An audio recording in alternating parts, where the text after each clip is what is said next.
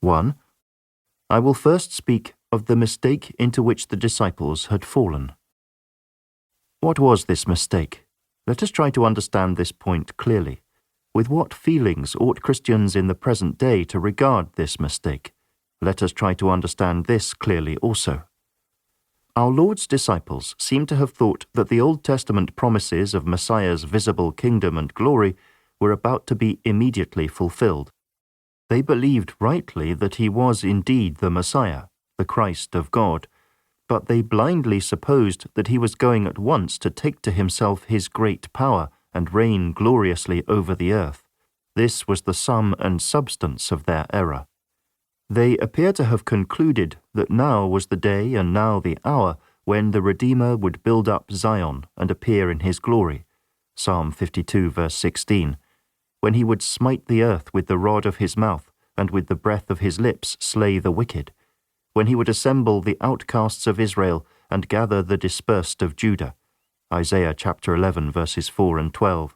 When he would take the heathen for his inheritance and the uttermost parts of the earth for his possession, break his enemies with a rod of iron and dash them in pieces like a potter's vessel. Psalm 2 verses 8 and 9. When he would reign in Mount Zion and in Jerusalem and before his ancients gloriously. Isaiah chapter 24 verse 23. When the kingdom and dominion and the greatness of the kingdom under the whole heaven would be given to the saints of the Most High. Daniel chapter 7 verse 27. Such appears to have been the mistake into which our Lord's disciples had fallen at the time when he spoke the parable of the pounds. It was a great mistake, unquestionably. They did not realize that before all these prophecies could be fulfilled, it behoved Christ to suffer. Luke chapter 24 verse 46. Their sanguine expectations overleaped the crucifixion and the long parenthesis of time to follow, and bounded onward to the final glory.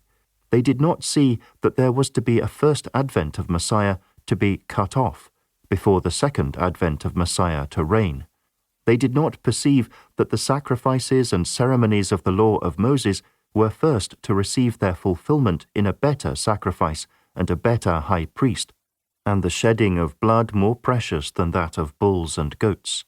They did not comprehend that before the glory Christ must be crucified, and an elect people gathered out from among the Gentiles by the preaching of the gospel. All these were dark things to them. They grasped part of the prophetical word, but not all. They saw that Christ was to have a kingdom, but they did not see that he was to be wounded and bruised and be an offering for sin. They understood the end of the second psalm and the whole of the 97th and 98th, but not the beginning of the 22nd. They understood the 11th chapter of Isaiah, but not the 53rd. They understood the dispensation of the crown and the glory, but not the dispensation of the cross and the shame. Such was their mistake. It was a mistake which you will find partially clinging to the disciples even after the crucifixion. You see it creeping forth in the first days of the church between the resurrection and the ascension. They said, Lord, wilt thou at this time restore again the kingdom to Israel?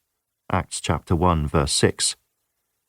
You have it referred to by St. Paul, be not soon shaken in mind, or be troubled, neither by spirit, nor by word, nor by letter as from us, as that the day of Christ is at hand. Let no man deceive you by any means, for that day shall not come, except there be a falling away first. 2 Thessalonians chapter 2 verse 2. In both these instances, the old Jewish leaven peeps out. In both, you see the same tendency to misunderstand God's purposes, to overlook the dispensation of the crucifixion, and to concentrate all thought on the dispensation of the kingdom. In both, you see the same disposition to neglect the duties of the present order of things. Those duties are to bear the cross after Christ, to take part in the afflictions of the gospel, to work, to witness, to preach, and to help to gather out a people for the Lord.